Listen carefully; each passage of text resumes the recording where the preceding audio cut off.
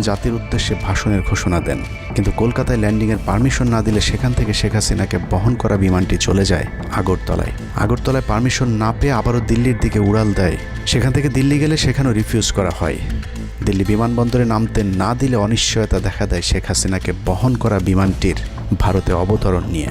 বিমানের একজন পাইলটের বরাত দিয়ে জানা যায়, এভাবে উদ্দেশ্যহীনভাবে দীর্ঘক্ষণ ঘুরতে থাকার পর জরুরি অবতরণের সিদ্ধান্ত নেওয়া হয়। তবে জরুরি অবতরণের ঠিক আগ মুহূর্তে দিল্লির গাজিয়াবাদ এয়ারবেজে নামার অনুমতি পায় C-130 জুলিয়েট, যেখানে অজিত ধাওয়াল তাকে রিসিভ করেন। অবতরণে জটিলতার কারণেই 5 তারিখ সেনাপ্রধান জাতির উদ্দেশ্যে ভাষণ দিতে বারবার দেরি করছিলেন, কারণ তিনি নিশ্চিত হতে চাচ্ছিলেন শেখ হাসিনা ভারতে অবতরণ করেছেন।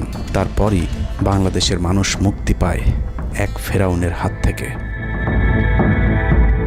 হাসিনা পালিয়ে যাওয়ার সেই খবর পৃথিবীর সবাই জানে, কিন্তু 3 থেকে 5 তারিখ পর্যন্ত ক্যান্টনমেন্টে কিছু ঘটনা ঘটেছে, যেই ঘটনা এখনও আমাদের কাছে অজানা। 3 তারিখ সেনাপ্রধানের ওই ভার্চুয়াল মিটিংয়ের পর মোটামুটি নিশ্চিত হয়ে যায় শেখ হাসিনা অধ্যায় বাংলাদেশে শেষ। শুরু হয় ভারতের প্ল্যান বি বাস্তবায়নের প্রক্রিয়া।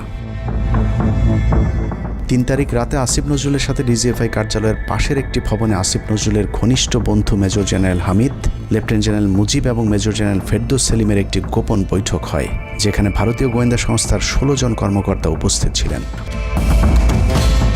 মূলত 5 তারিখ শেখ হাসিনা পদত্যাগ করার পর করণীয় নির্ধারণ করতেই ওই বৈঠক অনুষ্ঠিত হয়। দীর্ঘ এই বৈঠক শেষে মোট 3টি বিকল্প নির্ধারণ করা হয়। প্রথমটি জরুরি অবস্থা জারি করে সেনাবাহিনীর হাতে ক্ষমতা দেয়া, দ্বিতীয়টি আসিফ নজরুলকে প্রধান উপদেষ্টা করে একটি অন্তর্বর্তীকালীন সরকার গঠন। অন্তর্বর্তীকালীন সরকারের ভেতরে যেন ভারতীয় বলয়ের লোকজন বেশি সংখ্যায় রাখা যায় সেটা নিশ্চিত করার ব্যাপারেও আলোচনা হয় বৈঠকে, এবং সেটা নিশ্চিত করতে আসিফ নজরুলের পেছনে সেনাবাহিনীর ওই অংশটির সর্বোচ্চ সাপোর্ট থাকারও নিশ্চয়তা দেওয়া হয়। মূলত আসিফ নজরুলকে সামনে রেখে সেনাবাহিনীর মাধ্যমেই দেশ চালানোর পরিকল্পনা করা হয়েছিল 3 তারিখের ওই গোপন বৈঠকে। 4 তারিখ 3 বাহিনী প্রধানের মধ্যে দফায় দফায় বৈঠক চলেছে। সেই বৈঠক থেকে সিদ্ধান্ত হয় 5 তারিখ সকাল 9টার মধ্যে শেখ হাসিনাকে চূড়ান্তভাবে পদত্যাগের বিষয়টি জানিয়ে দেওয়া হবে। এর পরপরই আসিফ নজরুলকে আবারও ক্যান্টনমেন্টে ডেকে আনা হয় এবং শেখ হাসিনার পদত্যাগের পর আওয়ামী নেতা কর্মীদেরকে যতটা সম্ভব নিরাপত্তা দেয়া, বেসরকারি বিভিন্ন প্রতিষ্ঠানগুলোতে যতটা সম্ভব আগের কর্মকর্তাদেরকে রেখে দেয়া এবং বিটিআর হত্যাকাণ্ড নিয়ে কোনো ধরনের পদক্ষেপ না নেওয়ার সহ বেশ কিছু করণীয় ঠিক করে দেওয়া হয়। দীর্ঘ সেই আলোচনার কারণে 4 তারিখ সারা রাত ক্যান্টনমেন্টে অবস্থান করেছেন আসিফ নজরুল। তাৎক্ষণিক আসিফ নজরুলের কাঁধে 2টি দায়িত্ব দেওয়া হয়: আর্মির প্রতি সকলের আস্থা তৈরি করা এবং হাসিনার পদত্যাগের পরপর ছাত্রদেরকে সেনাবাহিনীর নিয়ন্ত্রণে নিয়ে আসা। কথা মতো আসিফ নজরুল 4 তারিখ রাত এবং 5 তারিখ খুব সকালে ক্যান্টনমেন্টে বসে ফেসবুকে তিনি 2টি পোস্ট করেন। পোস্টের প্রথমটি 4 তারিখ রাতে সেনাবাহিনীকে প্যাট্রিয়ট সম্বোধন করে করা হয়, যেন সেনাবাহিনীর প্রতি ছাত্র জনতার আস্থা বেড়ে যায়, এবং পরেরটি সংখ্যালঘুদের বাড়িঘরে হামলা না চালানোর অনুরোধ করে পোস্ট করা হয়। দুপুর 12টার আগে আসিফ নজরুলের করা হিন্দুদেরকে নিয়ে ওই পোস্টে প্রমাণ করে আসিফ নজরুল আগে থেকেই জানতেন কিছুক্ষণ পর আসলে কি ঘটতে যাচ্ছে।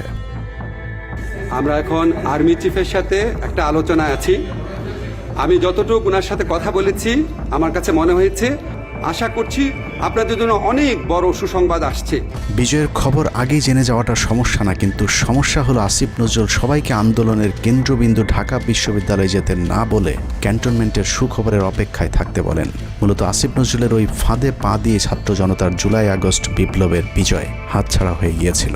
ছাত্র নেতাদের সরলতাকে কাজে লাগিয়ে আসিফ নজরুল নাহিদ আসিফদেরকে সেনাপ্রধানের কাছে আসতে বলেন। নাহিদ, আসিফ, মাহফুজরা সেনাপ্রধানের কাছে যাবার আগে আসিফ নজরুলের প্রধান উপদেষ্টা হবার বিষয়টি চূড়ান্ত হয়ে যায়। সমন্বয়কেরা পৌঁছানোর পর সেনাপ্রধান তাদেরকে জানায় আসিফ নজরুল হচ্ছেন প্রধান উপদেষ্টা, কিন্তু ছাত্ররা ডক্টর মোহাম্মদ ইউনুসকে প্রধান উপদেষ্টা বানানোর দাবি করলে আসিফ নজরুল তাদেরকে জানায় ডক্টর ইউনুস প্রধান উপদেষ্টা হতে রাজি নয়। কিন্তু ছাত্র নেতাদের সাথে ইউনুসের আগে থেকে যোগাযোগ ছিল, যে কারণেই সেনাপ্রধানকে ছাত্ররা জানায় আমরা ডক্টর ইউনুসের সাথে একান্তে কথা বলতে চাই। ছাত্ররা ডক্টর ইউনুসকে ফোন করলে তিনি জানান প্রধান উপদেষ্টা হতে চান না সেনাবাহিনী কিংবা আসিফ নজরুলের কাছে তার এরকম কোনো বার্তা তিনি দেননি।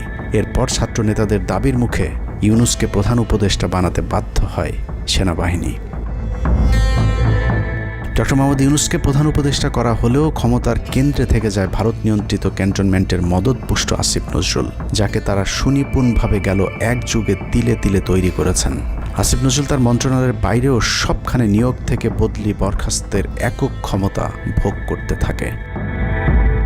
একদিকে সেনাবাহিনীর ছত্রছায়া আসিফ নজরুলের হাত ধরে ভারতীয় এজেন্টদেরকে গুরুত্বপূর্ণ সব পদে বসানো হচ্ছিল, অন্যদিকে চলছিল পুরো দেশ দখলের ভয়ঙ্কর ষড়যন্ত্র। কিন্তু ছাত্রদের চাপের মুখে আসিফ নজরুলের পরিবর্তে ডক্টর মোহাম্মদ ইউনূসের প্রধান উপদেষ্টা হবার বিষয়টি কোনোভাবেই মেনে নিতে পারেনি সেনাবাহিনীর ভারতপন্থী অংশটি, যে কারণে 5 তারিখ রাতেই একটি ব্যর্থ সেনা কুয়ের ষড়যন্ত্র করা হয়েছিল।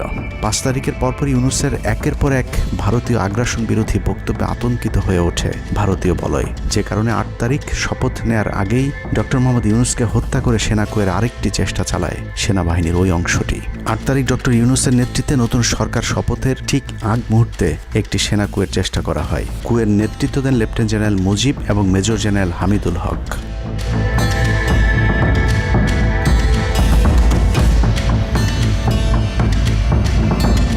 কিন্তু পশ্চিমা একটি গোয়েন্দা সংস্থা বিষয়টি দ্রুত সেনাপ্রধানকে জানালে জেনারেল ওয়াকার তাদের পরিকল্পনা ভণ্ডুল করে দেয়। সেনাপ্রধান তাৎক্ষণিকভাবে লেফটেন্যান্ট জেনারেল শামীমকে পিএসও এএফটি থেকে সিজিএস হিসেবে নিয়োগ দেন এবং মুজিবকে কিউএমজি থেকে আটডগে বদলি করেন, যদিও 8 তারিখ রাত থেকেই মুজিব পলাতক রয়েছেন।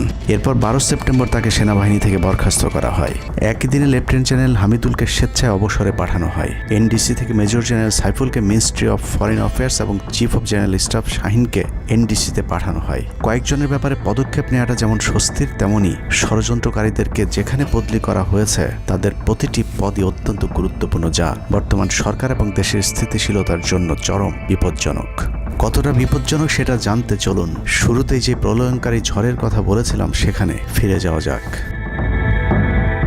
ভারতীয় গোয়েন্দা সংস্থা 5 তারিখের পর থেকে দেশে নানাভাবে একটা সাম্প্রদায়িক দাঙ্গা বাঁধানোর চেষ্টা চালিয়ে যাচ্ছেন, যেটাকে কেন্দ্র করে বাংলাদেশে একটা সামরিক অভিযান চালানো যায়। এই দাঙ্গা বাঁধাতে ভারতীয় গোয়েন্দারা আওয়ামী লীগ, হিন্দু এবং ইসকনকে কিভাবে ব্যবহার করছে সেই পরিকল্পনার ছক এখন বাংলাদেশি গোয়েন্দাদের হাতে।